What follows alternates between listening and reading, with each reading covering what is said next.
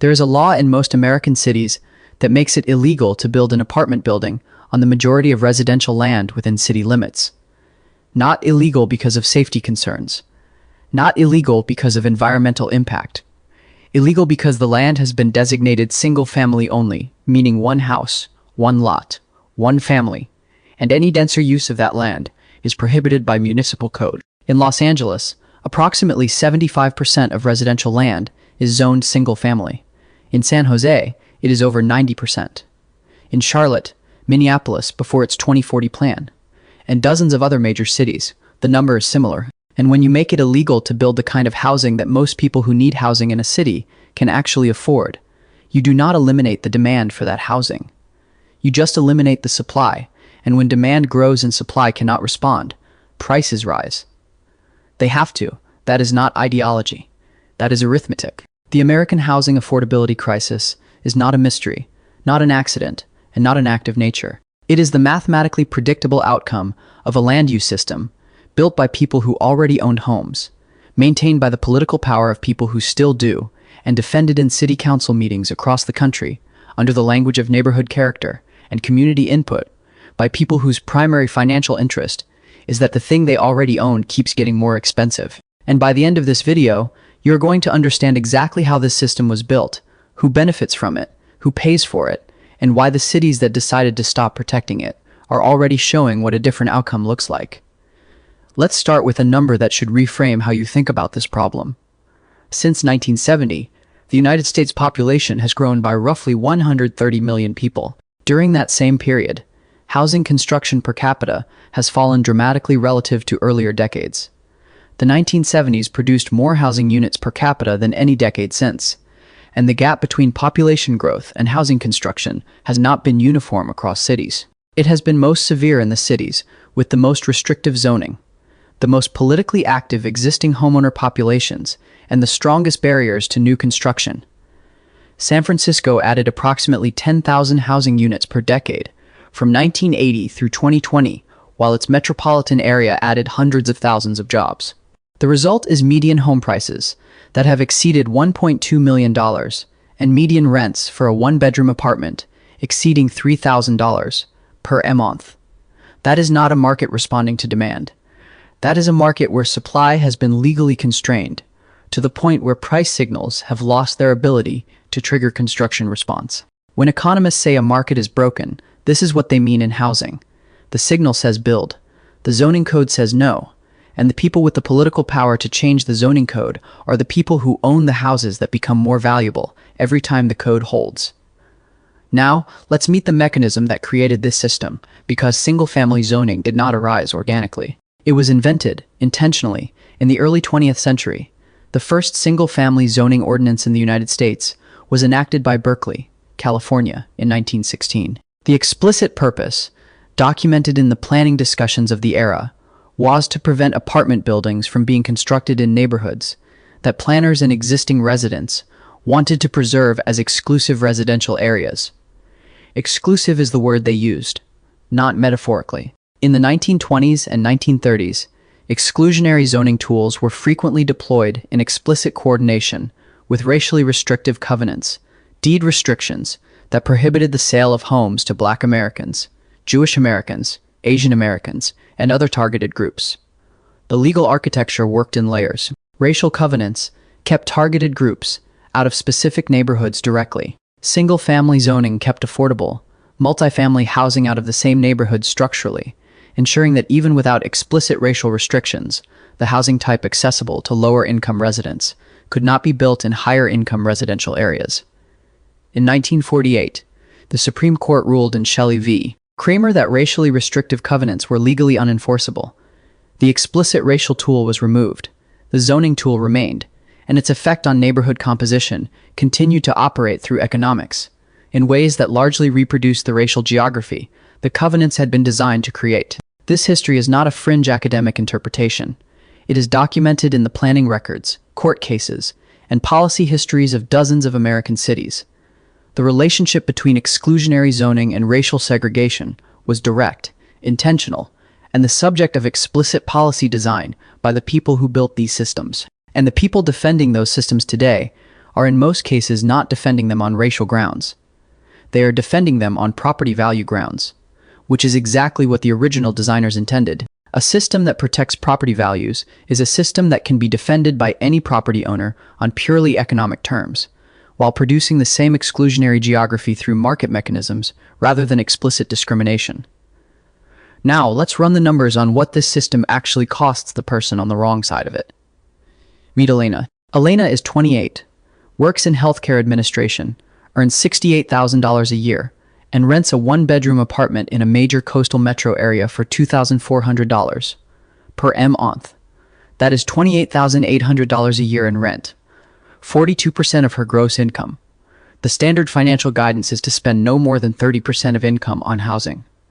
Elena cannot, because there is no legal supply of housing at the price point where 30% of her income would land. The apartments that would rent for $1,700 per month, the price at which she would hit the 30% threshold, do not exist in meaningful quantity in her city because the zoning that would allow them to be built prohibits it.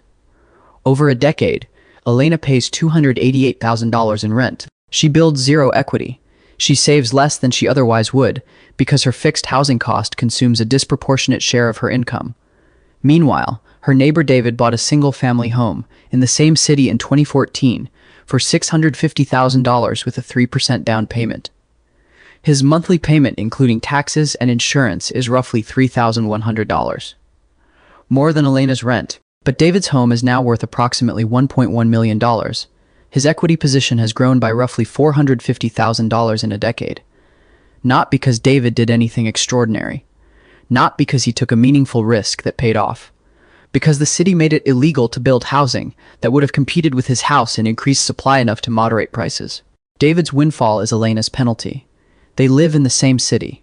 They pay for the same infrastructure, but the system is structured so that one of them accumulates wealth passively, and the other cannot afford to save enough to start. And when Elena shows up to the city council meeting, where a developer proposes to build a mid-rise apartment building 2 blocks from David's house, David is in the room with time, standing, and financial motivation to oppose it. Elena is at work. This asymmetry between the organized, present, financially motivated opposition of existing homeowners and the diffuse, unorganized interest of renters and future residents who do not yet live in the city, and therefore have no political standing, is the political mechanism that maintains restrictive zoning long after the evidence for its costs has become overwhelming. The people harmed by the policy are largely not in the room when the policy is made. The people who benefit from the policy are always in the room. This is sometimes called the NIMBY problem, not in my backyard. But NIMBY undersells the structural dimension. It implies a localized complaint about a specific project. What actually exists in most major American cities is a durable political coalition of homeowners whose primary shared interest is that their homes continue to appreciate, organized around land use policy that protects that appreciation by preventing the construction of housing that would moderate it, with a city council structure that gives them outsized voice because existing residents vote at higher rates than renters, and renters vote at higher rates than people who cannot afford to live in the city at all. The political constituency for restrictive zoning is always in the room. The political constituency for housing abundance includes millions of people who do not yet live in the place they need to live. Now let's talk about what happens when a city actually changes course, because the experiment has been run. Minneapolis, Minnesota in 2040. In 2018, Minneapolis passed its 2040 comprehensive plan, which, among other things, eliminated single-family zoning citywide. Any residential lot in Minneapolis can now legally have a duplex, triplex, or small apartment building constructed on it. The results in the years following the policy change were studied by researchers at the University of Minnesota and elsewhere. They found that rents in Minneapolis increased more slowly than in comparable Midwestern cities that had not changed their zoning. The gap was not enormous. Single policy changes in single cities have limits, but the direction was unambiguous. More permissive zoning produced more construction. More construction moderated rent growth. People who were not yet living in Minneapolis had slightly better options because Minneapolis decided that the interests of its future residents were worth weighing against the preferences of its current ones.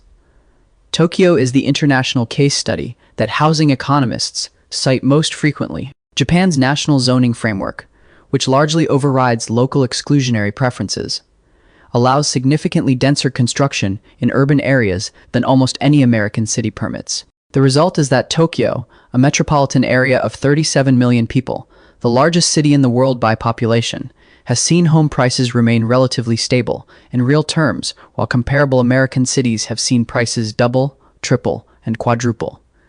In Tokyo, a new apartment building gets built when demand warrants it. In San Francisco, a new apartment building requires years of permitting, environmental review, neighborhood input processes, and legal challenges that can add millions to the cost and years to the timeline before a single unit is occupied.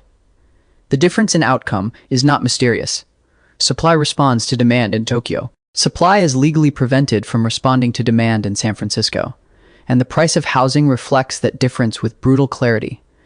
Now, there is a counter-argument to housing abundance that deserves honest engagement rather than dismissal. Infrastructure, schools, traffic, environmental impact. The argument that dense construction strains existing public services is not entirely wrong. Schools get crowded, sewers need upgrading. The concern is legitimate, but it proves too much, because the answer to infrastructure strain is to fund and expand the infrastructure. It is not to prevent the people who need the housing from existing within the city limits. When a city says it cannot accommodate more residents because the schools are already full, it is making a choice to ration school access through housing prices, rather than to fund additional school capacity. That is a policy choice with a distributional consequence. The children who get rationed out of the good school district are not the children of people who own homes in that district. They are the children of people who cannot afford to. And using school capacity as a justification for exclusionary zoning is using a legitimate concern to defend a system whose primary effect is to protect property values and limit economic integration. So, what do you actually do with this? Because the zoning map of your city is a political document, not a natural fact, and political documents can be changed. First, find out what your city's zoning actually looks like. Most cities publish zoning maps online. The percentage of residential land zoned single-family only is a direct measure of how much your city has chosen scarcity over abundance. That number should be part of how you evaluate local political leadership. Second, understand that local elections are where zoning policy is made. City council races are decided by hundreds or thousands of votes in cities with hundreds of thousands or millions of residents. Turnout among renters in local elections is historically lower than among homeowners. The people most harmed by restrictive zoning are the least represented in the elections that set zoning policy. That is a structural problem with a straightforward solution. Third, when a development project comes before your city council and neighbors show up to oppose it citing traffic, character, and infrastructure, understand what the financial stakes are for the people in that room. They are not wrong that the development affects them, but their interest is not the only interest at stake. The person who cannot afford to live in your city because the zoning prevented the apartment from being built is also affected. They just are not in the room. And finally, understand that the homeowner who opposes new housing is not acting irrationally. They are acting in their financial self-interest. The problem is not their behavior. The problem is a system where protecting one person's asset value requires preventing another person from affording a place to live. That is a system design problem, and it has a known solution. Cities that have implemented it are already showing the results. So I want to hear where you land. Do you think restrictive zoning is a legitimate exercise of community self-determination that protects neighborhood character, infrastructure capacity, and property values in ways that reflect the preferences of the people who live there? Be a politically captured system that uses the language of community input to deliver outcomes that serve existing homeowners at the expense of renters, first-time buyers, and people priced out of cities entirely. Or C, a complicated trade-off where the concerns about infrastructure and density are real, but have been weaponized beyond their legitimate scope to justify a level of supply restriction that is clearly producing a housing crisis in city after city. Drop your take in the comments. And the next time someone at a city council meeting says they support affordable housing, but opposes this specific development, in this specific neighborhood, for these specific reasons, ask yourself what the city would look like if everyone who ever opposed a specific development had gotten exactly what they wanted. Because in many American cities they did. And the answer is the rent you are paying right now.